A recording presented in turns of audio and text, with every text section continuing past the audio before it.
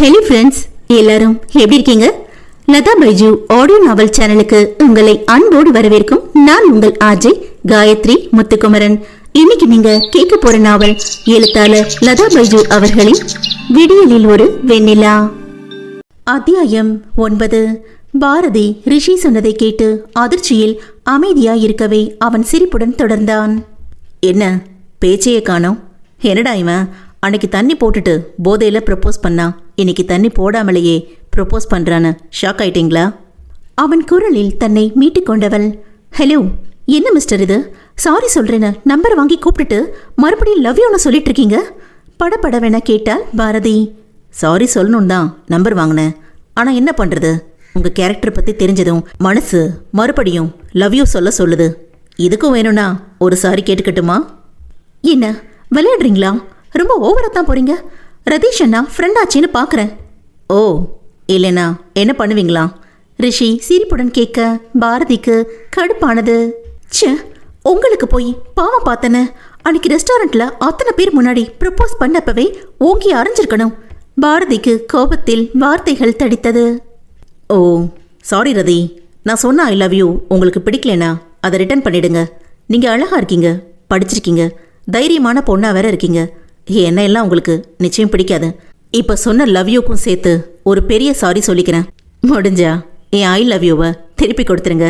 சிரித்தபடி சொன்னவன் பதிலை எதிர்பார்க்காமல் போனை வைத்துவிட அவளுக்கு கோபத்தில் முகம் சிவந்தது. ரிஷி அவன் அறையில் இருக்க அருகில் அமர்ந்து கேட்டுக்கொண்டிருந்த சூர்யா தலையில் அடித்து கொண்டான். டே ரிஷி, என்னடா பண்ணி வச்சிருக்க? அந்த பொண்ணுக்கிட்ட சாரி கேட்கணும்னு சொன்னதுனால தானே கல்பனா கிட்ட பேசி நம்பர் வாங்கி கொடுத்தேன்.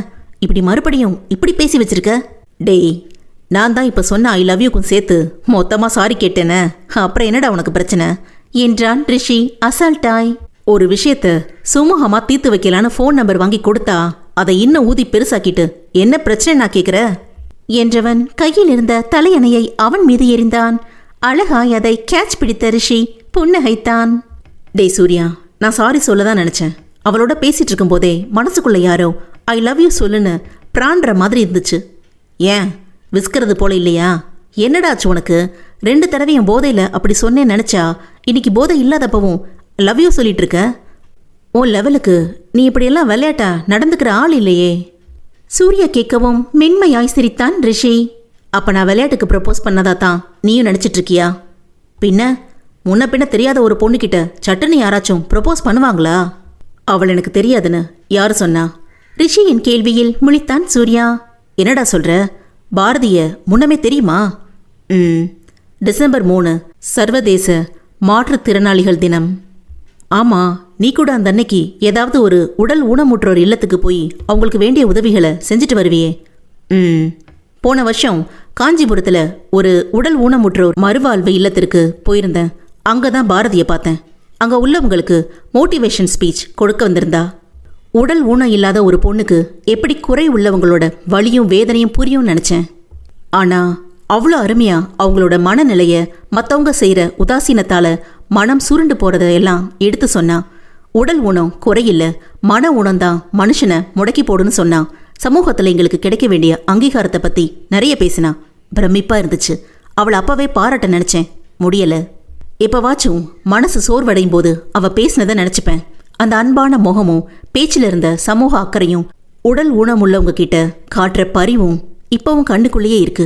மறுபடியும் அவளை பார்க்க முடியாதான்னு நினச்சிட்டு இருந்தேன். ஓ, இதை பற்றி நீ என்கிட்ட சொல்லவே இல்லையே. நான் இப்போ உன்னோட வரலையா? இல்லைடா, போன வருஷம் உன் அப்பாவுக்கு உடம்புக்கு முடியாமல் ஹாஸ்பிட்டல் இருந்ததால் நீ வரல. நான் மட்டும் காஞ்சிபுரம் போயிருந்தேன். அதே இப்படி ஒரு பொண்ணை கண்டதும் காதல் வருமா? நானும் அதை காதல்னு நினைக்கல. இப்படி ஒரு பொண்ணை கல்யாணம் பண்ணிக்கிட்டா வாழ்க்கை நல்லா இருக்கும்னு தோணுச்சு. அன்னைக்கு ரெஸ்டாரண்ட்டில் அவள் குரலை கேட்டேன். அவள் பேசின விஷயமும் அது பாரதிதான்னு கன்ஃபார்ம் பண்ணிச்சு. இவ்வளோ நாளாக மனசில் நினச்சிட்டு இருந்தவளை அங்கே பார்க்கவும் எப்படி பேசுறதுன்னு தெரியல. சரி, போதையில் இருந்ததால் ப்ரப்போஸ் பண்ணிட்டு சமாளிச்சுக்கலான்னு சொல்லிட்டேன். ஓ, அப்போ நீ அது போதையில் சொன்னது இல்லையா? அந்த அளவுக்கு அன்னைக்கு போதை ஒன்றும் இல்லை. உன்னை அடிக்காமல் விட்ட பாரதி உண்மையிலேயே அற்புதமான பெண் தான் என்ற சூர்யா நண்பனை கிண்டலாய் நோக்க, ரொம்ப பொறுமையானவளும் கூட ரிஷி சொல்ல திகைத்தான் சூர்யா. பின்ன ரெஸ்டாரண்ட்டில் சட்டுன்னு லவ் பண்ணுறேன் கல்யாணம் பண்ணிக்கலாமான்னு கேட்டும் அவ என்னை அடிக்காம அமைதியாக இருந்தாலே அது பொறுமைதானே என்றவனை யோசனையுடன் நோக்கினான். அப்புறம் எதுக்குடா ரதீஷ் என்கேஜ்மெண்ட் ஃபங்க்ஷன்ல பாரதியை அறிமுகப்படுத்தினப்ப முறை பார்க்கறது போல ரியாக்ட் பண்ண? பின்ன நான் ஏதோ போதையில சொன்னேன்னு நினைச்சிட்டு இருக்கிறவகிட்ட இல்ல தெரிஞ்சுதான் சொன்னேன்னு சொல்லி சபையில அடி வாங்கவா முடியும்? அப்ப நேத்து பூங்காவில் சேலஞ்ச் பண்ணிட்டு சொன்னது அதெல்லாம் இவனுக்கு எந்த பொண்ணுன்னு செலக்ட் பண்ணதுமே பாரதின்னு தெரிஞ்சிருச்சு. கிடைச்ச சான்ஸை மிஸ் பண்ண வேணான்னு அவனுக்கு சொல்லி ப்ரப்போஸ் பண்ணுறது போல சொன்னேன். அட பாவி, பச்சை புள்ள மாதிரி மூஞ்ச வச்சுக்கிட்டு எனக்கு தெரியாம இவ்வளோ வேலை பார்த்துருக்கியா நீ? இந்த விஷயத்தை இத்தனை நாளா யார்கிட்டையும் சொல்லாம வேற இருந்திருக்க. அதான் இப்போ உன்கிட்ட சொல்லிட்டேனே. நல்லா சொன்ன.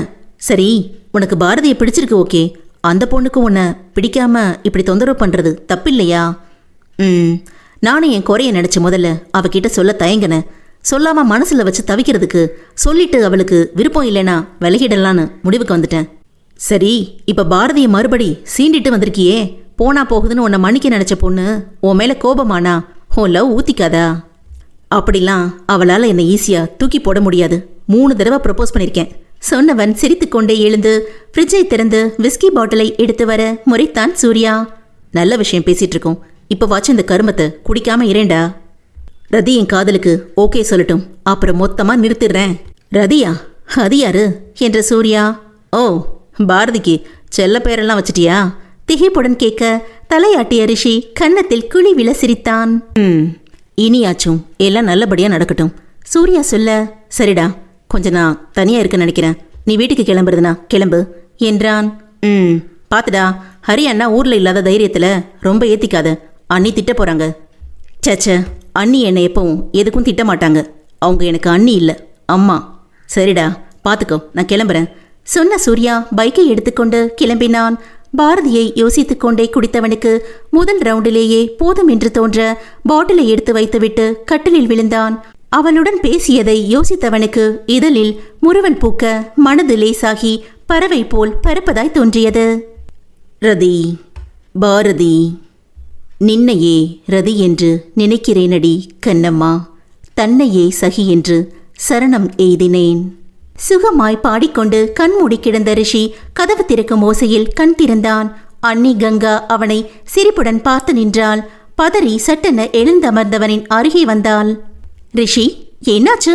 பாட்டெல்லாம் தூள் பறக்குது, புதுசா ஏதாச்சும் சைட்டு மாட்டிக்கிச்சா என்ன? போங்க நீ, கிண்டல் பண்ணிக்கிட்டு சும்மா பாடினேன். நம்பிட்டேன். இன்னைக்கு என்ன, எங்கேயும் வெளியே போகாமா வீட்டில் இருக்க? இந்த நேரத்தில் வழக்கமா நீ பார்ல தானே இருப்ப? உன் அண்ணன் ஊர்ல இல்லைனா சொல்லவே வேண்டாம், விடிய காலையில தான் வீட்டுக்கே வருவேன். என்னாச்சு இன்னைக்கு? ஒன்றும் இல்லை, நீ எங்கேயும் போக பிடிக்கல, அதான் லைட்டாக வீட்டிலையே லிக்கர் எடுத்துக்கிட்டேன். அந்த கஷாயத்தை எப்படி தான் குடிக்கிறியோ, ஏதோ அதை குடிச்சா உன் குறைய நினச்சி ஃபீல் பண்ணாமல் இருக்கேன்னு தான் அலோவ் பண்ணுறேன். உன் அண்ணனுக்கு மட்டும் தெரிஞ்சது அவ்வளோதான். எனக்கு தெரியும் நீ என் மேலே உள்ள பிரியத்தில் தான் இதுக்கெல்லாம் நீங்கள் அலோவ் பண்ணுறீங்கன்னு. எனக்கும் கால் எல்லார போல இருந்திருந்தா நானும் உங்களோட ஆஃபீஸ் வந்துட்டு பிஸ்னஸை பார்த்துட்டு இருந்திருப்பேன். கடவுள் எனக்கு இப்படி ஒரு குறைய கொடுத்துட்டாரே என்றான் வருத்தத்துடன். ஃபீல் பண்ணாத ரிஷி, உனக்கு இருக்கிற பிரச்சனையோட பிஸ்னஸ் பிரச்சனையும் சேர்த்து மண்டையில ஏற்றுக்க வேணான்னு தான் உன்னை ஃப்ரீயாக இருக்க விட்டுட்டு நானும் அண்ணனும் அதை பார்த்துக்கிறோம். நீ எப்பவும் போல சந்தோஷமா இரு. உங்களை போல அண்ணி கிடைக்க நான் கொடுத்து வச்சிருக்கணும். நீங்கள் அண்ணனை கல்யாணம் பண்ணி இந்த வீட்டுக்கு வந்த பிறகு அம்மா இல்லைன்னு என்னை ஃபீல் பண்ணவே விட்டதில்லை என்றான் நெகிழ்வுடன். டே ரிஷி, நீ என் வயிற்றுல பிறக்கலைனாலும் நான் உனக்கு அம்மா தாண்டா. சரி, டின்னர் ரெடி பண்ணணும். நைட்டுக்கு உனக்கு என்ன வேணும்? எனக்கு 2 பொடி தோசை வித் தேங்காய் சட்னி.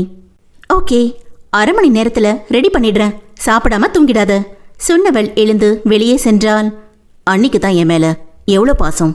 சொந்த பிள்ளைய ஹாஸ்டலில் விட்டுட்டு என்னை புள்ள போல பார்த்துக்கிறாங்க. யோசிக்கையில் மனம் கனிந்தது. அங்கேயோ இரவு உணவு முடித்து உறக்கம் வராமல் படுக்கையில் புரண்டு கொண்டிருந்தாள் பாரதி. ரிஷி சொன்ன வார்த்தைகள் மீண்டும் காதுக்குள் கேட்பது போலவே தோன்றியது. முதலில் தோன்றிய கோபமும் சிறிது நேரத்தில் காணாமல் போய் அவனது குறும்பு நிறைந்த புன்னகை குரல் இம்சை செய்து கொண்டிருந்தது. அதோடு கங்காவின் வார்த்தைகளும் மனதிற்குள் மோத புதிய வேலை எப்படி இருக்குமோ என்ற தவிப்பும் இருந்தது. அப்போதுதான் அடுக்களை வேலை முடித்து வந்த சக்தி அன்னையின் அறைக்கு சென்று நோக்க நிம்மதியான உறக்கத்தில் இருந்தார் தேவிகா. அவரது அறைக்கதவை வெறுமனை சாத்திவிட்டு ஒட்டியிருந்த தங்கள் அறைக்குள் நுழைந்தால் அரைக்குறையாய் சாப்பிட்டுவிட்டு நேரமே படுக்க சென்ற தங்கை உறங்காமல் புரண்டு கொண்டிருப்பதைக் கண்டு புன்னகையுடன் அருகே அமர்ந்தாள். பாரு, என்னடி தூக்கம் வரலையா? அக்காவின் குரலில் திடுக்கிட்டு கண் திறந்தாள் பாரதி. என்னவோ தெரியலக்கா, தூக்கம் வரல. படுத்து 5 நிமிஷத்துல தூங்குற ஆளு நீ. என்னாச்சு இன்னைக்கு? புது வேலை, புது ஆளுகன்னு பழக போற, அதை யோசிச்சு கவலைப்படுறியா? உன் சுபாவத்துக்கு எந்த இடமா இருந்தாலும் நீ பொருந்தி போயிடுவ. அப்புறம் எதுக்கடி கலக்கம்? அது இல்லக்கா. சுரத்தை இல்லாமல் வந்தது தங்கையின் குரல். அப்புறம் என்ன, என் கல்யாணத்தை பத்தி யோசிக்கிறியா? அதுக்குதான் மாமா திலகாத்த கிட்ட பேசுறேன்னு சொல்லிட்டாங்களே, அம்மாவை பத்தி யோசிக்கிறியா? பாரதி அமைதியா இருக்க சக்தியை கேட்டாள்.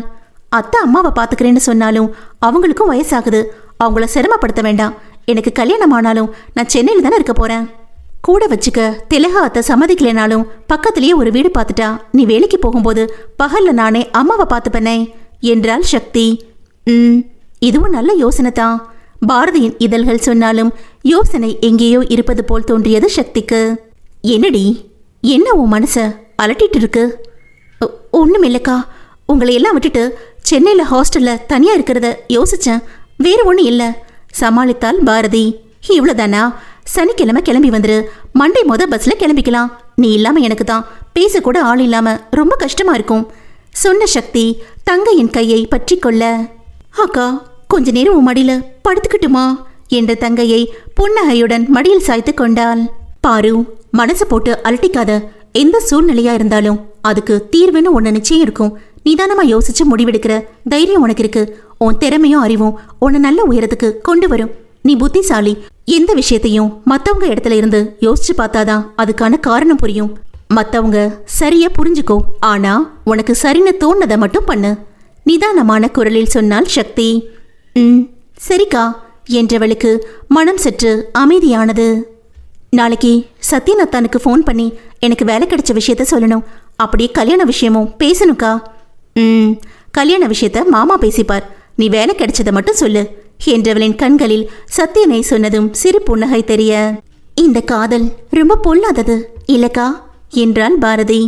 சி போடி, எங்களோட காதல் எல்லாம் தாண்டி அத்தான புருஷனாவே நினைக்க தொடங்கி பல வருஷம் ஆச்சு. ஆமா, உனக்கு எப்ப காதல் பொல்லாதது ஆச்சு என்றாள் தங்கையை குறுகுறுவென நோக்கி. அது பொதுவா சொன்ன என்று எழுந்து கொண்டாள். உனக்கும் அசதியா இருக்கும், நீ தூங்குக்கா. சக்தி படுத்துக்கொள்ள அவள் மீது கையை போட்டு அணைத்தபடி அருகே படுத்துக்கொண்டாள் பாரதி. மெல்ல கண்ணை மூடி உறங்கத் தொடங்கியவளின் காதுக்குள் ரதி என குரல் கேட்க செட்டென கண் திறந்தாள். கன்னத்தில் குழி விழ அவளை நோக்கி காதலுடன் புன்னகைத்துக் கொண்டிருந்தான் ரிஷி. என்னை வீழ்த்தவென்றே தோண்டினாயோ உன் கன்னத்தில் குழியை, எத்தனை எழுந்தாலும் என்னை இழுத்தே சாய்க்கிறது, புரியாமல் தத்தளிக்கும் என் மனதிற்கு உன் புன்னகையே மருந்தாகிறது. அத்தியாயம் 10. நல்ல உறக்கத்தில் இருந்த அஷ்டலட்சுமி சட்டென ஏதோ சத்தம் கேட்கவும் கண் விழித்தார். சுவற்றில் இருந்த கடிகாரத்தில் சின்ன முள் 12 எட்டி பிடித்துக் கொண்டிருக்க கண்ணை தேய்த்து கொண்டு பார்த்தார். அறையின் ஓரமாயிருந்த மேஜையில் விளக்கு எரிந்து கொண்டிருக்க மூக்கு கண்ணாடியுடன் அதன் முன்னில் அமர்ந்திருந்த கோபாலகிருஷ்ணன் குனிந்து கையில் இருந்து கீழே விழுந்த பேனாவை எடுத்தார். என்னங்க, மணி 12 ஆச்சு, இன்னும் தூங்காம என்ன பண்ணிட்டு இருக்கீங்க கேட்டபடி எழுந்தமர்ந்தவர் அவிழ்ந்திருந்த கூந்தலை கொண்டையிட்டு கொண்டார். அது சும்மா ஒரு கணக்கு போட்டு பார்த்தேன். அப்படி என்ன இந்த நடு ராத்திரியில முக்கியமான கணக்கு பார்த்துட்டு இருக்கீங்க? நம்ம சக்தி கல்யாண விஷயமா தான் லக்ஷ்மி. கல்யாண செலவுக்கு மொத்தமா எவ்வளவு ஆகும்னு பார்த்தேன். இங்க பாருங்க, கடன் எல்லாம் வாங்காம நம்ம கைக்கு அடக்கமா என்ன செய்ய முடியுமோ அது செய்யுங்க. நீ சொல்றது சரிதான், ஆனா மண்டபம், துணி, நகை, சீருன்னு எப்படி ஒரு 5 லட்சமாச்சும் வேணுமே. கணவன் சொன்னதும் அமைதியா யோசித்த அஷ்டலட்சுமி பிறகு கேட்டார். சீட்டு பணம் எவ்வளவு கிடைக்கும்? 2 லட்சம். பாக்கி பணத்துக்கு என்ன செய்யறது? இருங்க, மண்டபம் எல்லாம் பார்க்காம சிம்பிளா கல்யாணத்தை நடத்துற வழியை பாருங்க. நெருங்கிட சொந்தக்காரங்களை மட்டும் கூப்பிட்டுக்கலாம். கோயில வச்சு கல்யாணம், ஹோட்டல்ல சாப்பாடு, 10 பவுன் நகை போடலாம். தேவிகாவோட தாலி கொடி 2 பொண்ணுகளுக்கும் கொடுக்கணும்னு வச்சிருக்கா, அது 10 பவுன் தேரும். இப்போதைக்கு பெரியவளுக்கு அதை எடுத்துட்டு சின்னவளுக்கு அப்புறம் பார்த்துக்கலாம். மாப்பிள்ளைக்கு மோதிரம், செயின், கட்டில், பீரோ வாங்கி கொடுத்துடலாம். நமக்கு இவ்வளோதான் செய்ய முடியும்னு அந்த பையனுக்கும் தெரியாதா என்ன? வேற சீர் எதுவும் கேட்காம அவன் அம்மா வாய அடைக்க வேண்டியது அவன் சாமர்த்தியம். அடுக்கி கொண்டே போன மனைவியை ஆச்சரியமாய் பார்த்தார் கோபாலகிருஷ்ணன். லக்ஷ்மி, என்னாச்சு உனக்கு? சட்டுன்னு இப்படி ஒரு மாற்றம் உன்கிட்ட? மனைவியிடம் கேட்டே விட்டார். செட்டென முகம் மாறிய லக்ஷ்மி சோகமாய் சிரித்தார். இவ்வளோ நாளா உங்க கண்ணுக்கு நான் அரக்கியா தான் தெரிஞ்சிருக்கேன் இல்ல? நான் நல்லவ கிடையாதான், அதுக்காக கெட்டவ இல்லை. கஷ்டப்பட்டு சம்பாதிக்கிற பணம் எல்லாம் இப்படி அவங்களுக்காக செலவாகுதுன்னு அங்கலாய்ப்பு படுறவதான். அதுக்காக உங்க தங்கச்சி குடும்பத்தை அம்போன்னு விடுற அளவுக்கு மனசாட்சி இல்லாதவ கிடையாது. நான் அவங்கள அதட்டுவேன், அதிகாரம் பண்ணுவேன். அதெல்லாம் கூட நம்ம பொறுப்புல இருக்கிற பொண்ணுங்களை நல்லபடியா பாத்துக்கணுங்கிற அக்கறையில தான். எனக்குன்னு உங்களை தவிர யார் இருக்கா? அன்னைக்கு நீங்க சொன்னது போல என் மனசு சரியில்லாதனால தான் நமக்கு குழந்தை பாக்கியம் கூட இல்லாம போச்சோ என்னவோ. அப்புறம் யாருக்காக வாழணும்? சொல்லும் போதே அவர் கண்களில் நீர்ப்படலம். லக்ஷ்மி, பரவாயில்ல, இத்தனை வருஷமா இல்லாம அன்னைக்கு நீங்க சுருக்குன்னு சொன்ன ஒரு வார்த்தை தான் என்னை யோசிக்க வச்சது. கடவுள் நமக்குன்னு கையில கொடுத்த குழந்தைகளை கஷ்டப்படுத்திட்டு அவங்கள நம்ம குழந்தைகளா நேசிக்க தெரியாததால தான் கடவுள் எனக்குன்னு குழந்தைகளை கொடுக்கல போல. லக்ஷ்மி, அன்னைக்கு கோபத்தில் அப்படி சொல்லிட்டேன். அது உன்னை இவ்வளோ தூரம் வருத்தப்படுத்துன்னு நினைக்கலமா? வருத்தத்தோடு சொன்னார் கோபால்.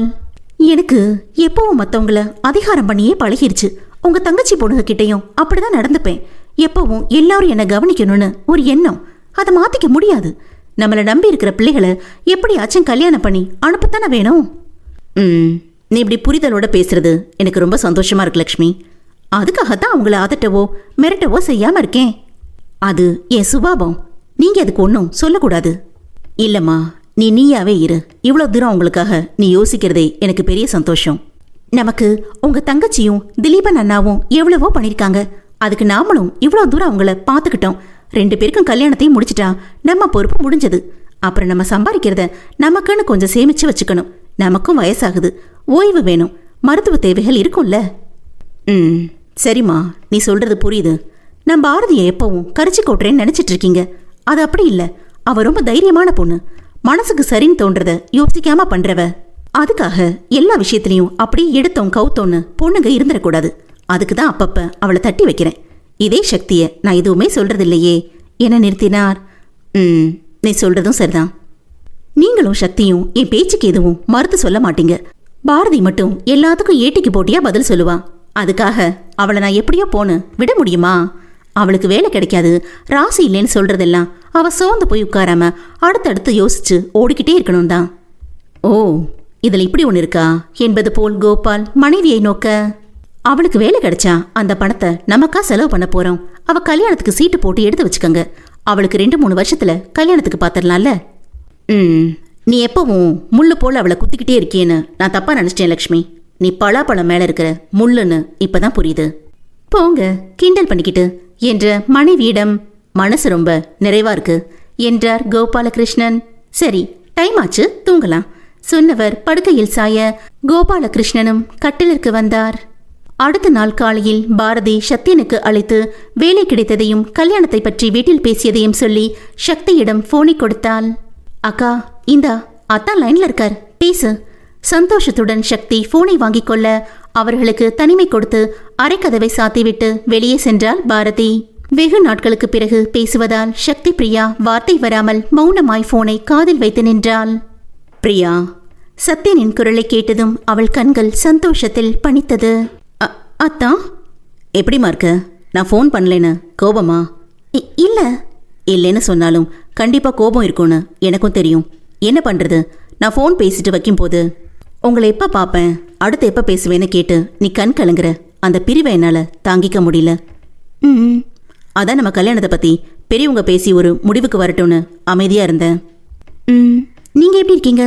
நல்லா இருக்கேம்மா. இன்னும் நல்லா இருப்பேன். ஏன்? அதான் வீட்டில் நம்ம கல்யாணத்தை பற்றி பேச தொடங்கிட்டாங்களே, சீக்கிரமே நீ என்கிட்ட வந்துடுவியே. இருந்தாலும் எனக்கு அம்மாவை இப்படி விட்டுட்டு கல்யாணம் பண்ணி சென்னை வர்றதுக்கு கொஞ்சம் தயக்கமாகவே இருக்கத்தான். என்ன பண்ணலாம் சொல்லு? என் அம்மாவுக்கு உன் அம்மாவை நிரந்தரமாக வீட்டில் வச்சுக்க விருப்பம் இல்லை. அத்தான், பாரதிக்கு சென்னையில் வேலை கிடைச்சிருச்சுல, அவள் ஒரு யோசனை சொன்னா என்றதும் சக்தி பாரதி சொன்ன விஷயத்தை சொல்ல, அட இது சரியா வரும் போல இருக்கே, கண்டிப்பாக யோசிப்போம் என்றான் சத்யன். அப்புறம் அத்தை கல்யாணத்துக்கு நிறைய சீர் நகையெல்லாம் எதிர்பார்ப்பாங்க. எங்கள் மாமாவால் அவ்வளோ எல்லாம் செய்ய முடியாதுன்னு உங்களுக்கே தெரியும். பிரியா, இதெல்லாம் நான் யோசிக்காம இல்லை. நீ சீர்வரிசையோடு வரலைனாலும் நம்ம கல்யாணம் நடக்கும். ஆனால் என் அம்மா உன்னை தொட்டதுக்கெல்லாம் குத்தம் சொல்லிட்டே இருப்பாங்க. அதான் நான் ஒரு யோசனை பண்ணி வச்சுருக்கேன். என்ன யோசனை தான்? என்னோட பிஎஃப் அமௌண்ட்டு 2 லட்சம் லோன் போட்டு எடுத்துறேன். அதையும் சேர்த்து உன் மாமா கிட்ட நல்லபடியா சீர் செய்ய சொல்லிடலாம். அச்சோ, அது தப்பு இல்லையாத்தா? அத்தைக்கு தெரிஞ்சா தப்பா நினைக்க மாட்டாங்களா? இது தப்புன்னா சீர்வரிசை கேட்கறதும் தப்பு தானே பிரியா? எல்லாமே நமக்கு தானே வரப்போகுது. ஒரு நல்ல விஷயத்துக்காக அம்மா கிட்ட சொல்லாம இதை செய்யறது தப்பில்லைன்னு நான் நினைக்கிறேன். நீங்க சொல்றது சரின்னு தான் தோணுது. ஆனாலும் இதை பத்தி மாமா கிட்ட பேசிக்கோங்க. அவர் இதுக்கு சம்மதிப்பாரான்னு தெரியல என்றாள் சக்தி பிரியா. சீக்கிரமே அம்மாவை அழைச்சிட்டு உன்னை பார்க்க வரேன். எல்லாம் நல்லபடியா பேசி முடிச்சிடலாம். சரியத்தான், நான் வச்சிட்டுமா? இவ்வளோ நாள் தான் பட்டும் படாம பேசிட்டு ஓடிடுவ. இப்பதான் நம்ம கல்யாண பேச்சு எடுத்துட்டாங்களே, இனியும் எட்டி நின்று பேசுவியா? அவன் கேள்வியில் நாணியவள் வேற என்ன பண்ணணுமா என்றாள் வெக்கத்துடன். சில கொடுக்கல் வாங்கல் எல்லாம் இருக்கு, அதை நேரில் வந்து சொல்றேன். அப்ப மறுக்க மாட்டேதானே? முதல்ல வாங்க, அப்புறம் வாங்கலாம் சொன்னவள் சிரிப்புடன் அழைப்பை துண்டித்தாள்.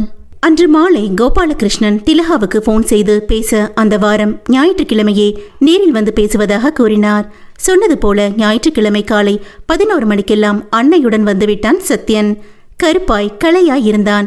இரு வீட்டாரும் கலந்து பேசும் முன் சத்யன் சக்தியின் மாமாவிடம் தனிமையில் சந்தித்து 2 லட்சம் தான் தருவதாக கூற முதலில் கோபால் மறுத்தாலும் அவன் சொன்னது சரி என்பதால் ஒத்துக்கொண்டார். திலகா எதிர்பார்த்த அளவு இல்லாவிட்டாலும் 15 பவுன் நகை, மாப்பிள்ளைக்கு செயின், மோதிரம், கோவிலில் சிம்பிளாய் கல்யாணம், பக்கத்து ஹோட்டலில் சாப்பாடு என்று தீர்மானித்துக் கொண்டனர். நிச்சயதார்த்தம் இவர்கள் இரு குடும்பம் மட்டும் சிம்பிளாய் நல்ல நாள் பார்த்து வைத்துக் கொள்ளவும் தீர்மானித்தனர். என் மகனுக்கு பெரிய இடத்துல இருந்து நிறைய சீர்வரிசையோட நல்ல சம்பந்தம் வந்துச்சு. ஆனா அண்ணன் இல்லைனாலும் அவருக்கு கொடுத்த வாக்க காப்பாத்தணும்னு நினைச்சுதான் கொஞ்சம் நகை நட்டு குறைஞ்சாலும் அவர் பொண்ணையே மருமகளாக நினைச்சு நானும் என் பிள்ளையும் காத்திருந்தோம். திலகா பெருந்தன்மையாய் சக்தியை மகனுக்கு பேசி முடித்தது போல் அண்ணி தேவிகாவிடம் பெருமை அடித்துக் கொள்ள நெஞ்சத்தில் கை வைத்து, ரொம்ப சந்தோஷம் திலகா என்றார் கையை அன்போடு பற்றிக்கொண்டு. கல்யாணம் முடிவானதில் எல்லோருக்கும் சந்தோஷம். அடுத்த நாள் 1ஆம் தேதி என்பதால் பாரதியும் அவர்களுடனேயே சென்னை கிளம்ப நினைத்திருந்தாள். மதிய உணவு முடிந்து அவர்கள் பேசிக் கொண்டிருக்க வான்மதியிடம் சொல்லிவிட்டு வர சென்றாள் பாரதி. பாரு, வாடி, உன் அத்தா வீட்டில இருந்து வந்தாங்களா? அக்காக்கு பேசி முடிச்சிட்டிங்களா? ஆமா வானு, எல்லாம் பேசியாச்சு. சாப்பிட்டு கொஞ்ச நேரத்துல கிளம்ப பிளான். உன்கிட்ட சொல்லிட்டு போகத்தான் வந்தேன். அம்மா அப்பா எங்க? மாடியில் இருக்காங்க, நீ உட்காரு. கல்பனா உனக்காக ஹாஸ்டல் பார்த்து பேசி வச்சிருக்கேன்னு சொன்னாலே, நீ எப்போ போய் பார்க்க போற? நான் இவங்களோட சென்னை போயிட்டு இன்னைக்கே ஹாஸ்டலுக்கு போயிடலான்னு நினைக்கிறேன் வானு. அதுவும் நல்லதான். நாளைக்கு அங்கிருந்து ஆஃபீஸ் போகவும் வசதியா இருக்கும். ஆமா, உனக்கும் அந்த ஆஃபீஸில் வேலை கிடைச்சா நல்லா இருக்கும். வேக்கன்சி இருந்தா சொல்றேன், வந்துடு. ஐயோ சாமி, அந்த ராட்சசி இருக்கிற ஆஃபீஸ்க்கா எனக்கு வேலையே வேண்டாம், ஆளை விடு. அப்புறம் நீயும் கொஞ்சம் கவனமா இருந்துக்க. அந்த கங்காவை என்னால முழுசா நம்ப முடியல என்றாள் வான்மதி. கண்ணுக்கு தெரியாத பேய வேணும்னா பார்த்து பயப்படலாம். இவங்க கண்ணுக்கு தெரியற மனுஷி தானே, பார்த்துக்கலாம் என சிரித்தாள் பாரதி. பாரு, அவங்க விஷயத்துல அசால்ட்டா மட்டும் இருக்காத என்றவள் இப்படி வா என்று தோழியை தனது அறைக்கு அழைத்து சென்றாள். ஆமா, அந்த ரிஷி அப்புறம் உனக்கு கால் பண்ணானா? குரலை தாழ்த்தி கொண்டு மெல்ல கேட்டாள் வான்மதி. பண்ணா, நான் எடுக்கல சொன்ன பாரதி தயக்கமாய் குனிந்து கொண்டாள். ஓ, மறுபடியும் பண்ணானா? அந்த ரிஷிக்கு என்னமோ தன்னை அண்ணியன் ரெமோன்னு நினைப்பு போல. பார்க்குற இடத்துல எல்லாம் உன்கிட்ட லவ் யூன்னு சொல்லிட்டு தெரிஞ்சவன் ஃபோன் பண்ணியும் சொல்றான். ரொம்ப தான் துணிச்சல். இவனெல்லாம் எப்படித்தான் கல்பனா உட்பிக்கு ஃப்ரெண்டா இருக்கானோ. நீ பண்ணதும் சரிதான். இனிமே அவன் கால் பண்ணா எடுக்காத, அவாய்ட் பண்ணிடு. சரிடி, தனியா வேற இருக்க போற. அவனை எங்கேயாச்சும் பார்த்தாலும் பேச இடம் கொடுக்காம கண்டுக்காம போயிடு. ஏதாச்சும் பிரச்சனை பண்ணா ரதீஷ் அண்ணா கிட்ட சொல்லி கண்டிக்க சொல்லு. சரி, நீ கவலைப்படாத, நான் பாத்துக்கிறேன். பாரு, தனியா இருக்க பயம் இல்லதானே? தோழியின் கனிவான குரலில் மனம் கலங்க அவளது கையை பற்றி கொண்டவள். நீயும் என்னோட இருந்தா இன்னும் தைரியமா இருப்பேன் வானு என்றாள் கண்கள் கலங்க. அவள் கையில் தட்டி கொடுத்த வான்மதி, கவலைப்படாத பாரு, ரதீஷ் அண்ணா கிட்ட சொல்லி சீக்கிரமே எனக்கும் அங்க ஒரு வேலையை ரெடி பண்ணி தரேன்னு கல்பனா சொல்லியிருக்கா. அப்புறம் நானும் உன்கிட்ட வந்துடுவேன் என்றாள் சமாதானத்துடன். அதற்குள் வான்மதியின் அன்னை கௌசல்யாவும் தந்தையும் வர அவர்களிடம் ஆசி வாங்கி விடை பெற்று வீட்டுக்கு வந்தவள் அங்கேயும் அன்னை, அக்கா, மாமா, அத்தையிடம் விடை பெற்று சத்யன் திலகாவுடன் அவர்கள் வந்த காரில் சென்னை கிளம்பினாள். உறக்கத்தின் நடுவே உன் பேர் சொல்லும் பொல்லாத நோய் ஒன்று உள்ளுற நான் கொண்டேன். சட்டென விழுந்த மழையாய் நீ காதல் சொன்ன நொடியில் மனம் கரிந்தே போகிறதே. அத்தியாயம் 11. காலையில் சீக்கிரமே கிளம்பி ஹாஸ்டலுக்கு அருகே இருந்த கோவிலுக்கு சென்றுவிட்டு ஆட்டோவில் ஆபீஸுக்கு கிளம்பினாள் பாரதி. அன்னை குரூப் ஆஃப் கம்பெனிஸ் கட்டிடத்தின் முன் இறங்கியவள் மனம் பிரமிப்புடன் அந்த பெரிய கட்டிடத்தை நிமிர்ந்து பார்த்தது. தானும் இந்த பெரிய அலுவலகத்தில் ஒரு ஸ்டாஃப் என்ற எண்ணமே பெருமையாயிருந்தது. புன்னகையுடன் உள்ளே நுழைந்தவள் ரிசப்ஷனில் இருந்த மஞ்சுவிற்கு குட் மார்னிங் சொல்லி அவள் புன்னகையும் குட் மார்னிங்கையும் பதிலாய் பெற்றுக்கொண்டு வேலையில் ஜாயின் பண்ண வந்திருப்பதாக கூற, எம்டி மேடம் இன்னும் ஆஃபீஸ் வரல, ஆனா எம்டி சார் வந்துட்டாரு, அவர்கிட்ட சொல்லட்டுமா? மஞ்சு கேட்க பட்டென்ன மலர்ந்தவர் சொல்லுங்க என்றால், மஞ்சு இன்டர்காமில் சொன்னதும் உடனே அழைப்பு வந்தது. கங்காவின் அறைக்கு நேரெதிரே சற்று தள்ளி இருந்தது ஹரியின் அறை. பாரதி ஹரியின் அறைவாசலை நெருங்க கதவை திறந்து ஹரி வெளியே வந்தான். ஹலோ பாரதி, வாங்க, நேரமே ஆஃபீஸ் வந்துட்டீங்களே. பங்க்சுவாலிட்டி எனக்கு ரொம்ப பிடிக்கும், உட்காருங்க. Good morning and thank you sir. It's okay. Ganga தினமும் கெமிக்கல் ஃபேக்டரிக்கு போயிட்டு தான் இங்கே வருவா. நம்ம ஆஃபீஸ் எல்லாம் பார்த்தீங்களா? வேலை என்னன்னு சொன்னாங்களா? உங்களுக்கு பிடிச்சிருக்கா? ஹரி இயல்பாய் பேச அவள் புன்னகையுடனேயே பதில் கூறினாள். பிடிச்சிருக்கு சார். நினைச்சே பார்க்காம எனக்கு உங்கள் கம்பெனியில் நல்ல ஒரு வாய்ப்பு கொடுத்துருக்கீங்க. Definitely I will do my best sir. Good. கிடைக்கிற வாய்ப்பை உபயோகப்படுத்தி முழுமையாக உங்கள் திறமையை காட்டுங்க. அதுக்கான பலன் நிச்சயம் கிடைக்கும். Sure sir. Okay, all the best Bharathi. நீங்கள் உங்கள் செக்ஷனுக்கு போங்க. அங்கே உங்களுக்கான கேபின் ரெடியாக இருக்கும். மிஸ்டர் கௌதம் உங்களுக்கான ஒர்க் என்னன்னு சொல்லுவார். அதை ஃபாலோ பண்ணிக்கோங்க. தேங்க்யூ வெரி மச் சார் சொன்னவள் புன்னகையுடன் எழுந்து வெளியே நடந்தாள். மார்க்கெட்டிங் செஷனில் கௌதமிக்கான அவனது அறைக்குள் நுழைந்தாள் பாரதி. 30 வயதில் பளிச்சென்ற தோற்றத்தில் இருந்தவன் இவளை கண்டதும் கண்களில் மலர்ச்சியை காட்டி ஸ்நேகமாய் சிரித்தான். வாங்க மிஸ் பாரதி, ஹரி சொன்னாரு 2 நாள் நீங்கள் எனக்கு ஒர்க்கில் அசிஸ்ட் பண்ணுங்க. என்ன வேறேன்னு உங்களுக்கு ஐடியா கிடைச்சிரும். அப்புறம் தனியாக ஒர்க் பண்ணிக்கலாம். Okay sir. வாங்க, ஸ்டாஃப்ஸுக்கு உங்களை அறிமுகப்படுத்தினேன் சொன்னவன் வெளியே வந்து அனைவரையும் அழைத்து பாரதியை அறிமுகப்படுத்தினான். அனைவரும் வாழ்த்து கூற புன்னகையுடன் தலையாட்டி ஏற்றுக்கொண்டாள் பாரதி. உங்களுக்கு எந்த சப்போர்ட் வேணுனாலும் இவங்க கிட்ட கேட்டுக்கலாம். ஃப்ரீயா இருக்கும்போது அவங்க கிட்ட பேசி பரிச்சயம் ஆகிக்கோங்க. வாங்க, இன்னைக்கு என்ன ஒர்க்குன்னு சொல்றேன் என்றவன் அறைக்கு செல்ல அவளும் பின்தொடர்ந்தாள். இந்த ஃபைலில் கொட்டேஷன்ஸ், நம்ம ப்ராடக்ட் பற்றின டீட்டெயில்ஸ் எல்லாம் இருக்கு. கம்ப்யூட்டர்லையும் இருக்கு. பார்த்து ஸ்டடி பண்ணிக்கோங்க. அப்புறம் நான் சொல்றது போல கொட்டேஷன் ரெடி பண்ணி கொடுங்க. உங்க கேபினுக்கு போங்க. வாழ்த்துக்கள் சொன்னவன் 2 ஃபைலை அவளிடம் நீட்ட வாங்கி கொண்டு வந்தாள். சின்ன சின்ன கேபினாய் கண்ணாடி தடுப்பால் பிரிக்கப்பட்டு கம்ப்யூட்டர், டேபிள், நாற்காலியுடன் ஆஃபீஸ் அழகாக இருந்தது. இனியும் அலுவலக நேரம் தொடங்க சிறிது நேரம் இருந்ததால் எல்லோரும் சீட்டிற்கு வந்திருக்கவில்லை. அவளுக்கான குட்டி கேபினில் நுழைந்தவள் கையில் இருந்த பேக்கை மேஜையின் சைடில் வைத்துவிட்டு ஃபைலை மேஜையில் வைத்தவள் கம்ப்யூட்டரை தொட்டு கும்பிட்டாள். ஒரு நொடி மனதிற்குள் கடவுளும் அன்னையும் அக்கா, மாமா, அத்தை எல்லோரும் வந்து போக மனம் மாற வேண்டிக் கொண்டு அதை ஆன் செய்தாள். ஃபைலை பிரித்து பார்க்க தொடங்கியவள் அதில் உள்ள விஷயத்தை மூளைக்குள் கடத்தும் வேளையில் மொத்தமாய் மூழ்கி போனாள். மதிய உணவுக்காய் அறையில் இருந்து வெளியே வந்த கௌதம் பாரதியை பார்க்க, பாரதி அப்போதும் கேபினுள் குனிந்த தலையுடன் இருப்பதை கண்டான். மிஸ் பாரதி, அவன் குரலில் உலுக்கி போட்டது போல் திடுக்கிட்டு நிமிர்ந்தவளைக் கண்டு புன்னகைத்தான். என்னங்க, லஞ்ச் சாப்பிட்ற எண்ணம் எதுவும் இல்லையா? விட்டா இந்த பேப்பர்ஸை கரைச்சு குடிச்சு பசியை ஆத்திக்குவீங்க போல இருக்கே. போய் சாப்பிடுங்க என்றவள் சுற்றிலும் கண்ணை சுழலவிட எல்லா கேபினும் காலியாக இருந்தது. லஞ்ச் கொண்டு வந்துட்டீங்களா இல்லை கேன்டீனா? இல்லை, கொண்டு வரல, கேன்டீன் தான். ஓ வாங்க, நானும் கேன்டீன் தான் போகிறேன் சொன்னவன் முன்னில் நடக்க ஃபைலை மூடி வைத்து மொபைலை எடுத்துக்கொண்டு தயக்கத்துடன் பின்தொடர்ந்தாள். இங்கே காலையிலேயே கேன்டீனில் ஃபுட் ஆர்டர் பண்ணாதான் மதியம் ரெடி பண்ணி வைப்பாங்க. நீங்கள் ஆர்டர் பண்ணிட்டீங்களா? இல்லை, எனக்கு தெரியாது. ஓ இட்ஸ் ஓகே. எனக்கு சப்பாத்தியும் தயிர் சாதமும் சொல்லியிருக்கேன், ஷேர் பண்ணிக்கலாம் வாங்க. இல்லை பரவாயில்ல, உங்களுக்காக சொன்னது. நீங்கள் சாப்பிடுங்க, நான் மேனேஜ் பண்ணிக்கிறேன். ஒரு நாள் கொஞ்சம் கம்மியாக சாப்பிட்டா ஒன்றும் ஆயிடாது. உங்களுக்கு கஷ்டமாக இருந்தா நாளைக்கு நீங்கள் ஆர்டர் பண்ணதை நான் ஷேர் பண்ணிக்கிறேன். அப்போ ஈக்குவலாக போயிடும் தானே? சிரிப்புடன் சொன்னவனிடம் அதற்கு மேல் மறுக்காமல் உடன் நடந்தாள். ஒரு சப்பாத்தி மட்டும் போதும் என்றவளிடம் சம்மதிக்காமல் கொஞ்சம் தயிர் சாதத்தையும் கொடுத்த பிறகே விட்டான். சீக்கிரமே அவனது பழக்கத்தில் ஒரு தோழமையை உணர முடிந்தது பாரதிக்கு. பொதுவாய் அவளை பற்றியும் அவளது குடும்பம் பற்றியும் விசாரித்து கொண்டான். லஞ்சுக்கு தேங்க்ஸ் சார். ஹேய், இதில் என்ன இருக்கு? உங்களுக்கு இன்னும் இங்க உள்ள நடைமுறை தெரியாதுல. அதுவும் இல்லாம உங்களை பார்த்ததுமே ஃப்ரெண்ட் ஆக்கிக்கோ கௌதம்னு என் மைண்ட் வாய்ஸ் சொல்லிச்சு. என்னது மைண்ட் வாய்ஸ் சொல்லிச்சா? திகைப்புடன் கேட்டவளை நோக்கி புன்னகைத்தான். ஆமா, எனக்கு பொதுவாவே பாரதியை பிடிக்கும். நீங்க வேற அழகான பாரதியா இருக்கீங்க. எம்டி ரெக்கமெண்டேஷன் எல்லாம் வச்சிருக்கீங்க. ஒரு சப்போர்ட்டுக்கு உங்க ஃப்ரெண்ட்ஷிப் இருக்கிறது நல்லது தானே? கண் சிமிட்டி புருவத்தை தூக்கி கேட்டவனை நோக்கி புன்னகைத்தாள். ஆஹா, அந்த அளவெல்லாம் ஒர்த் இல்லை சார். பாரதி, எதுக்கு இந்த சார் மோரெல்லாம்?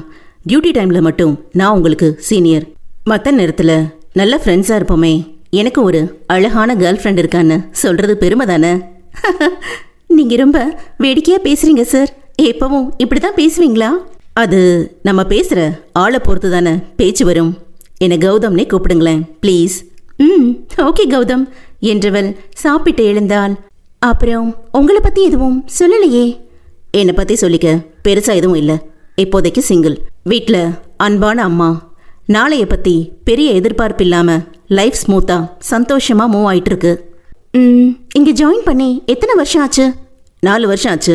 இப்போ மார்க்கெட்டிங் அசிஸ்டன்ட் மேனேஜர் ப்ரமோஷனுக்கு வெயிட்டிங். நம்ம மேனேஜர் 2 days லீவ். ஸோ நான் தான் இன்சார்ஜ். நம்ம எம்டி மேடம் இன்னைக்கு ஆஃபீஸ் வரலையா? அவங்கள பார்க்கலையே. வந்தாங்க. நீங்கள் தான் ஃபைலில் மூழ்கி இருந்தீங்களே, கவனிச்சிருக்க மாட்டீங்க. எம்டி சார் மெயின் பிரான்ச் மட்டும்தான் பார்த்துக்கிறார். மேடம் தான் எல்லா யூனிட்டுக்கும் டெய்லி போய் பார்த்துப்பாங்க. ஓ, உங்களை கூட கேட்டாங்க. ஏதோ மீட்டிங் இருக்கிறதுனால நாளைக்கு பேசிக்கிறேன்னு சொல்லிட்டு கிளம்பிட்டாங்க. பேசிக்கொண்டே இருவரும் கேபினுக்கு திரும்ப பாரதியின் கையில் இருந்த செல்பேசி சினுங்கியது. வீட்டு லேண்ட்லைன் எண்ணை கண்டவள் மலர்ந்தாள்.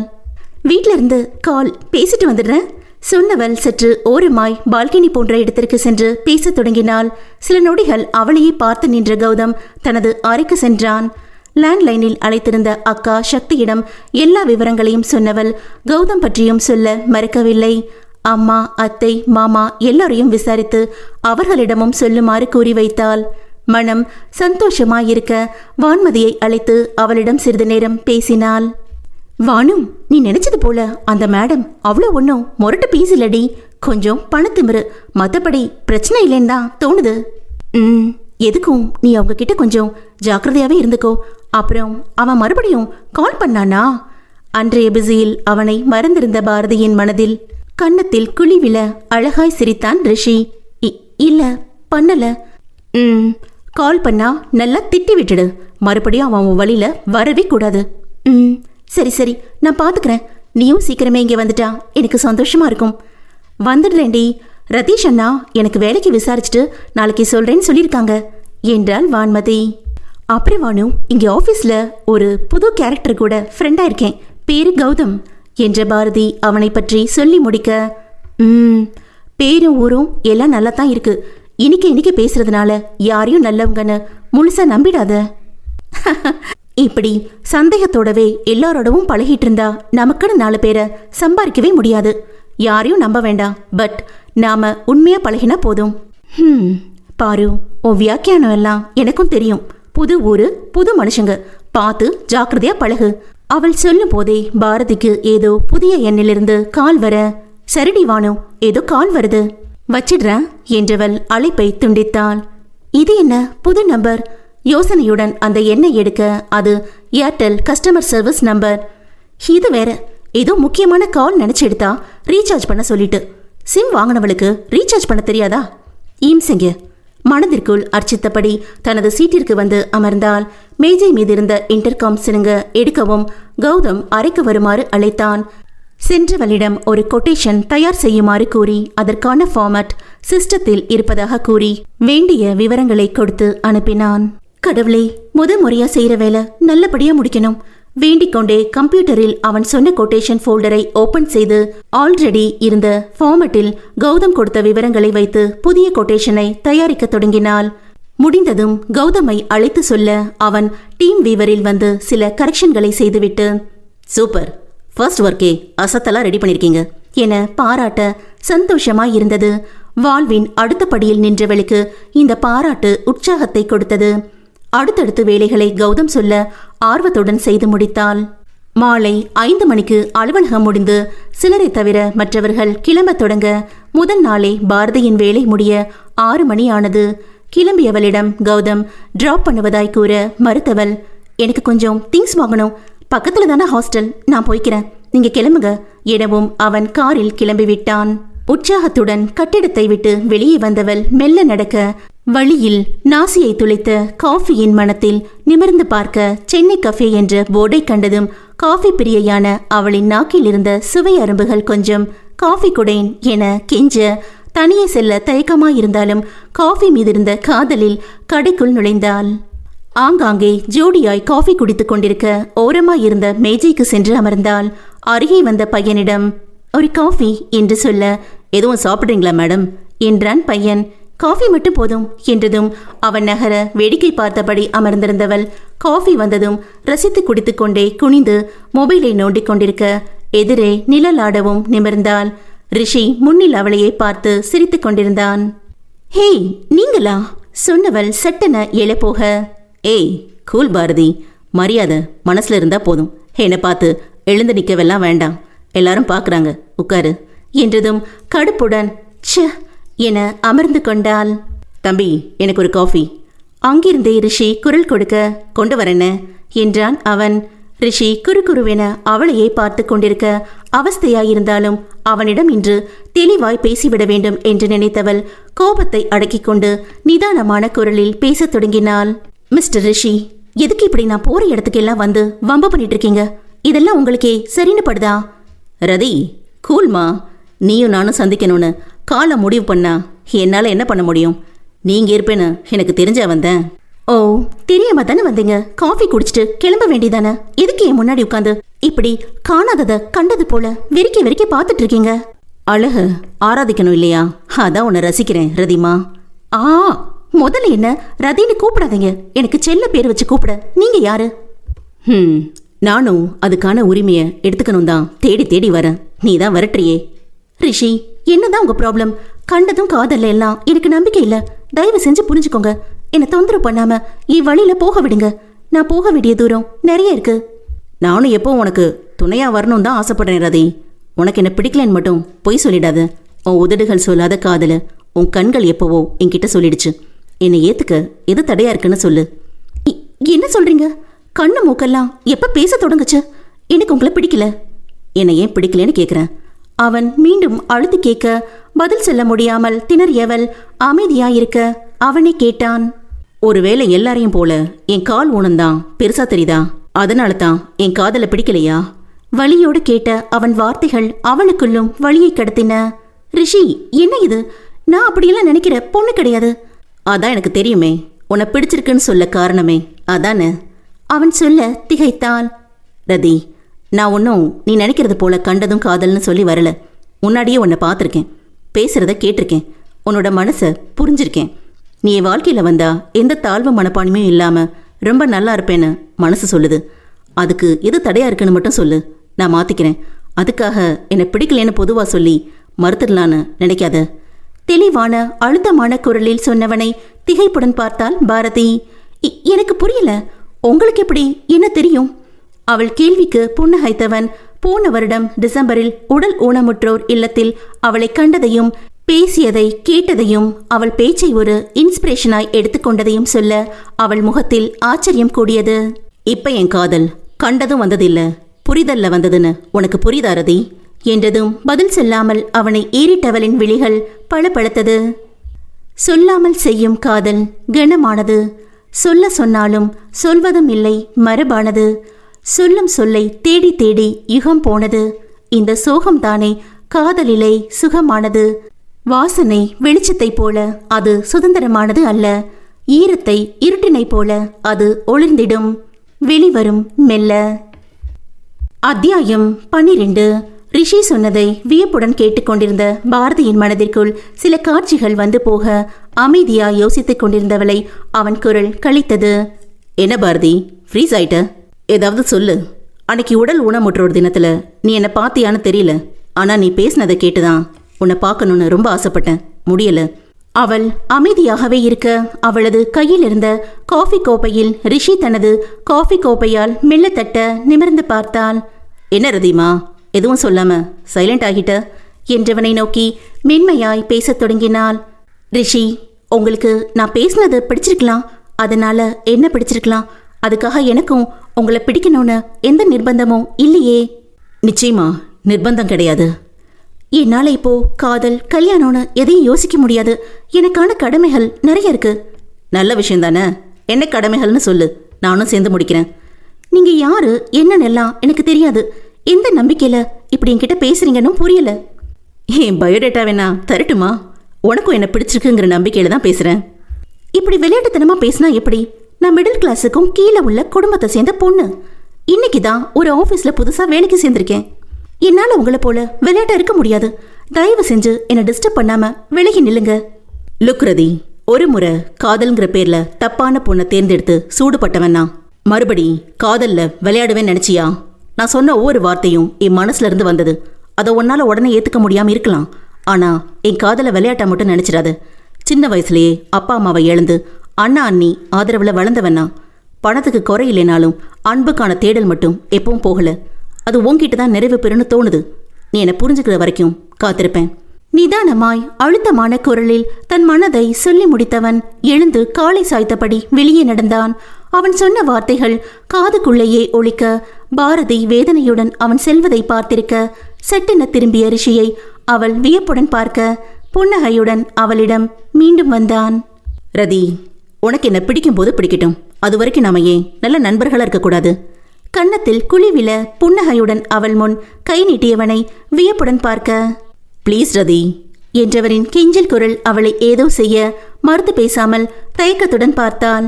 இந்த மௌனத்தை நான் சம்மதமா எடுத்துக்கலாம் தானே? கண்ணில் கெஞ்சியவனை அதற்கு மேல் எதுவும் சொல்லாமல் புன்னகைத்தாள் பாரதி. ஹே, இப்போதைக்கு இது போதும். நம்ம ஃப்ரெண்ட்ஷிப்புக்கு அடையாளமா இன்னைக்கு உன் காஃபிக்கு நான் தான் பே பண்ணுவேன் என்றான் ரிஷி உற்சாகத்துடன். அவள் சம்மதம் சொல்ல குழந்தை போல் சிரித்தான். இருவருக்குமான காஃபிக்கு ரிஷி பணத்தை கொடுக்க வெளியே வந்தனர். ரதி, பேசிக்கா நான் நட்பை ரொம்ப மதிக்கிறவன். என்னை நேசிக்கிறவங்களுக்கு நல்ல நண்பன் தெரியுமா? உனக்கும் நல்ல நண்பனா இருப்பேன் அவன் பெருமையாய் சொல்ல. ஓ, பார்க்கலாம். சரி, இன்னைக்கு எங்க உங்க பாடிகார்ட்ஸ் யாரையும் காணும் என்றால் அவளும் இயல்பாக.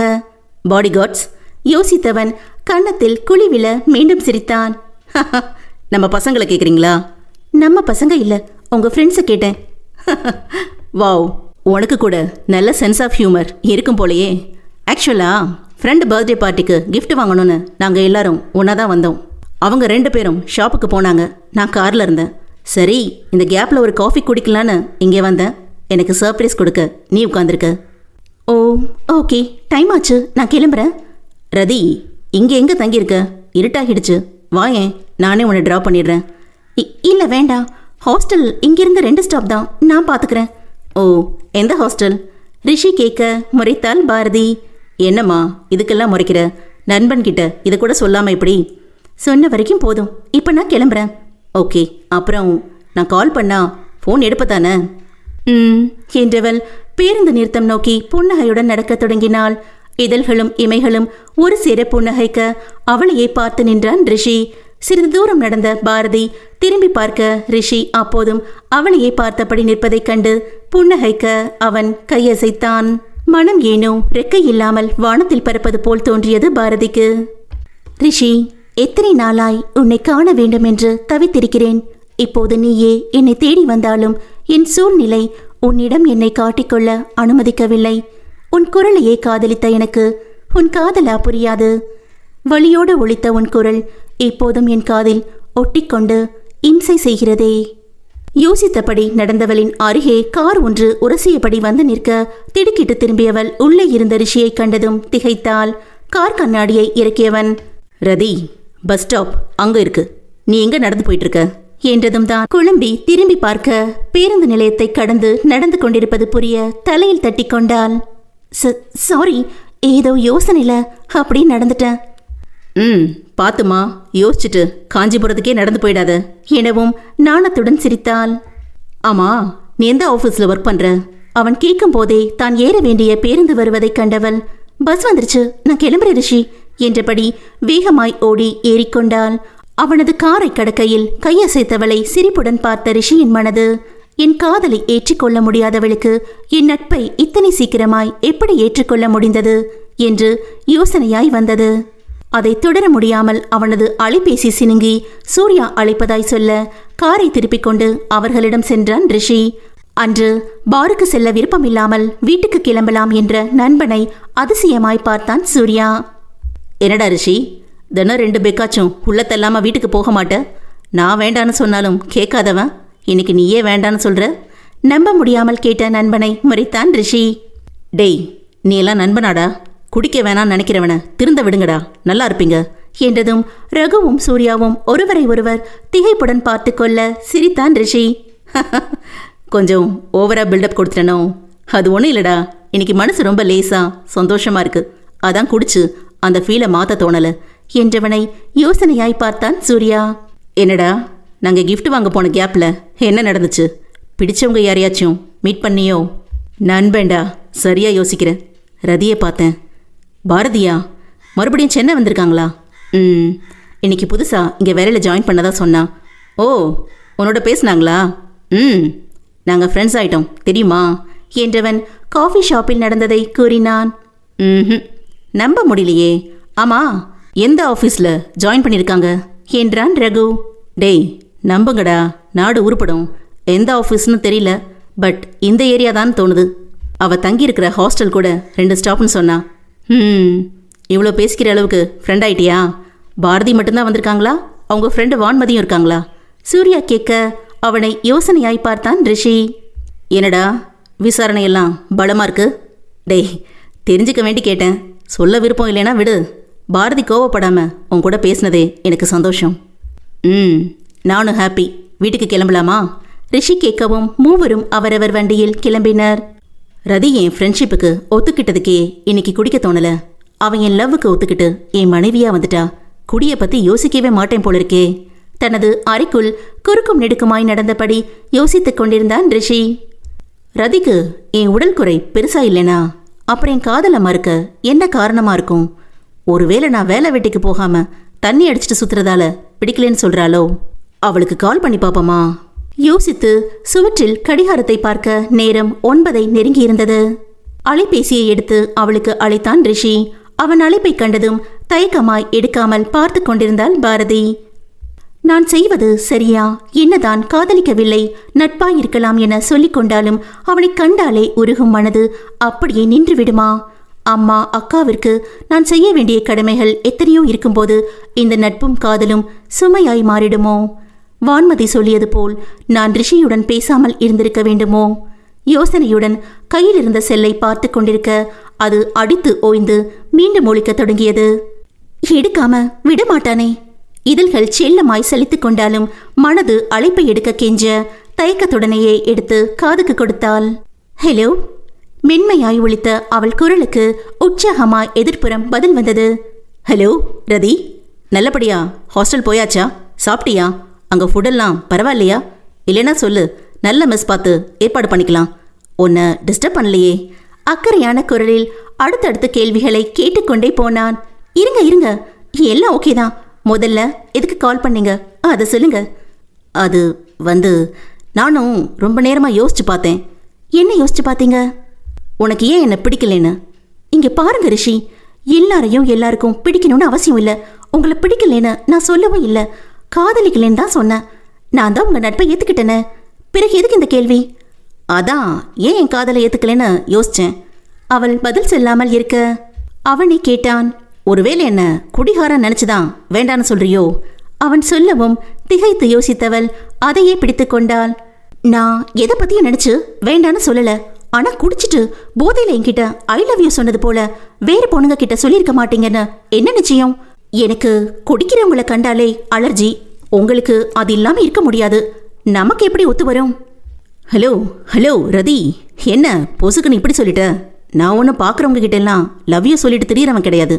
அன்னைக்கு ரெஸ்டாரண்ட்டில் நீ பேசுகிறத கேட்டு நீ தானே தெரிஞ்சுதான் ஐ லவ் யூ சொன்ன. ப்ளீஸ் இந்த அப்பாவியை கொஞ்சம் கன்சிடர் பண்ணக்கூடாதா? அடப்பாவி, நீங்கள் அப்பாவியா? பின்ன உன் காதல் கருணைக்காக கெஞ்சிட்டு இருக்கிறனா அப்பாவி இல்லையா? பாவமாய் கேட்டான். இதுக்கு தான் நான் பேசவே வேண்டான்னு சொன்னேன். ஃப்ரெண்ட்ஸாக இருக்கலான்னு சொல்லிட்டு மறுபடியும் காதல்னு தொங்கிட்டு இருக்கீங்க. உங்களை போல நான் ஃப்ரீ இல்லை. நாளைக்கு ஆஃபீஸ் போகணும், தூங்க போகிறேன், வச்சிடுறேன். மேடம் என்ன வேலை வெட்டி இல்லாத வெட்டி பையன்னு சொல்ல வரீங்க? நான் அப்படியெல்லாம் சொல்லல. சொன்னாலும் தப்பு ஒன்றும் இல்லையே. சரிதான். சரி, நான் வச்சிட்டுமா? இரு ஒரே நிமிஷம். நீ எந்த ஆஃபீஸ்னு சொல்லலையே. அதெல்லாம் தெரிஞ்சுக்கிட்டு அங்க வந்து என்ன டிஸ்டர்ப் பண்ணவா? ஒன்றும் தெரிஞ்சுக்க வேண்டாம். என்ன ரதி, என்னை இவ்வளோ கேவலமா நினைக்கிற? நான் அப்படிலாம் பண்ண மாட்டேம்மா. சரி, எனக்கு தூக்கம் வருது. குட் நைட் சொன்னவள் அழைப்பை துண்டிக்க போனை முறைத்தான் ரிஷி. என் செல்ல ராட்சசி, ரொம்ப தான் பண்ற. உன் ஆஃபீஸ் எதுன்னு கண்டுபிடிக்கிறதா பெரிய விஷயம் சொல்லிக் கொண்டவன் நம்மள வேற வெட்டி பையனை சொல்லிட்டா. இவ காதலுக்காக நாமளும் ஆஃபீஸ் எல்லாம் போக வேண்டி வரும் போல இருக்கே யோசித்தான் ரிஷி. இதுவரை இதை பற்றி எல்லாம் யோசித்ததில்லை. அவன் வாயை அடைக்க வேண்டி பாரதி சொன்னது அவளுக்காய் யோசிக்க வைத்தது. வாசலில் கார் ஹார்ன் கேட்க, அண்ணா வந்துட்டார் போல, குளிச்சுட்டு சாப்பிட வந்ததும் பேசணும் என நினைத்தவன் சற்று அவகாசம் கொடுத்து டைனிங் ஹாலுக்கு வந்தான். ஹரிக்கு கங்கா உணவு பரிமாற தம்பியை கண்டவன் புருவத்தை தூக்கி ஆச்சரியமாய் கேட்டான், என்னடா ரிஷி, அதிசயமா இந்த நேரத்தில் வீட்டில் இருக்க? சாப்பிட்டியா? ஆச்சு அண்ணன், உங்ககிட்ட கொஞ்சம் பேசணும். பாருடா, அண்ணி தானே உன் தோஸ்து, என்கிட்ட எதுவும் கேட்க மாட்டியே? குழந்தை என்னமோ சொல்ல வரா, என்னன்னு கேட்காம கிண்டல் பண்ணிட்டு இருக்கீங்க. நீ சொல்லுடா ரிஷி, கங்கா சொன்னாள். அது வந்துண்ணா, நான் படித்து முடிச்சதுலேருந்து ஆஃபீஸுக்கு வா, ஏதாச்சும் பொறுப்பெடுத்துக்கோன்னு நீங்கள் நிறைய முறை சொல்லியிருக்கீங்க. நான் அதை செய்யலைன்னு கோவப்படவும் செஞ்சுருக்கீங்க. ஆமாம், நீ தான் என் பேச்சு கேட்கவே இல்லையே. ஒருவேளை நீ சரின்னு நினச்சாலும் இவ உன்னை செல்லம் கொடுத்து கெடுத்து வச்சிருக்காளே. சரிண்ணே, உங்கள் பேச்சை கேட்காம இருந்தது தப்பு தான். நம்ம கம்பெனியில் எனக்கும் சில பொறுப்புகளை கொடுங்க, நானும் இனி ஒர்க் பண்ணுறேன். ஹரி தன் கையை கிள்ளி பார்த்து கொண்டான். கங்கா, இது கனவில்லையே, ஏன் தம்பியா சொல்கிறான்? நம்ப முடியலையே, நீயே கேளவன. கங்காவின் முகம் சட்டென மாறிவிட அதில் இருந்த சிரிப்பு அணைந்து போய் யோசனையுடன் நின்றாள். என்ன கங்கா, உன்னாலையும் இவன் சொன்னதை நம்ப முடியலையா? சேச்சா, நான் நம்புறீங்க. நம்ம குழந்தைய நான் நம்பாம யார் நம்பவா? அவனுக்குன்னு ஒரு நாள் பொறுப்பு வரும்னு நம்பித்தான் நான் காத்துட்டு இருந்தேன். நாளைக்கே கம்பெனிக்கு வந்து பொறுப்புகளை ஏற்றுக்கட்டும். இதை விட பெரிய சந்தோஷம் நமக்கு என்ன இருக்கு? தேங்க்ஸ் அண்ணி, நீங்கள் தான் எப்பவும் என்னை சரியாக புரிஞ்சுக்கிறீங்க என்றவனை நோக்கி சிரித்தாள். எப்படியோ இப்போவாச்சும் நல்ல முடிவுக்கு வந்தியே, ரொம்ப சந்தோஷம்டா ரிஷி என்ற ஹரி உறங்க செல்ல ரிஷியும் சந்தோஷமாய் தனது அறைக்கு சென்றான். சிறிது நேரம் கழித்து கங்கா பால் கிளாஸுடன் ரிஷியின் அறைக்கு வந்தாள். ரிஷி, இந்தா பாலுக்குடி. என்னாச்சு உனக்கு? திடீர்னு ரொம்ப பொறுப்பு வந்துட்டது போல பேசுற? சிரித்து கொண்டே கேட்டாள். சாரி அண்ணி, இவ்வளோ நாளாக பொறுப்பு இல்லாமல் உங்களையெல்லாம் வருத்தப்பட வச்சுட்டேன். அதான் இனியாச்சும் பொறுப்பு ஆஃபீஸ் வரலான்னு நினைக்கிறேன். ஆஹா, நிஜமாலுமே பொறுப்பு காரணமாக தான் ஆஃபீஸ் வரியா? எனக்கு என்னவோ ஏதோ பொண்ணுக்கிட்ட லவ்ல கமிட் ஆகித்தான் இந்த முடிவுன்னு தோணுது. கரெக்ட் அண்ணி, உங்ககிட்ட என் மனசை மறைக்க முடியுமா? இப்போதைக்கு வெயிட்டிங்கில் இருக்கேன், கன்ஃபார்ம் ஆனதும் சொல்கிறேன் என்றான். யார் அந்த பொண்ணு? அன்னிக்கிட்ட சொல்ல மாட்டியா? சேச்சே, நான் நல்லா இருக்கணும்னு உங்களை விட யார் அண்ணி நினைக்க போகிறாங்க? இவ்வளோ நாள் என் வருத்தத்தை புரிஞ்சுக்கிட்டு நான் பண்ணுற தப்பை கூட பெருசாக எடுத்துக்காம ஏற்றுக்கிட்டது நீங்கள். என் அம்மாவாக இருக்கிற உங்ககிட்ட முதல்ல சொல்லிட்டு தான் அண்ணனுக்கே சொல்லுவேன். கள்ளம் இல்லாமல் நெகிழ்ச்சியுடன் சொன்னான் ரிஷி. சரி, தூங்கு, குட் நைட் என்றதும் அவன் படுக்கைக்கு செல்ல கதவை சாத்திவிட்டு வெளியே வந்த கங்காவின் முகத்தில் கோபத்தின் நிறக்கூடு. எத்தனை காலம்தான் நேசம் என்னும் முகமூடி நிறமிழக்காமல் இருக்கும்? பொய் என்னும் சாயம் விழுக்கத் தொடங்கினால் உண்மையான நிறம் தெரியத்தானே செய்யும்.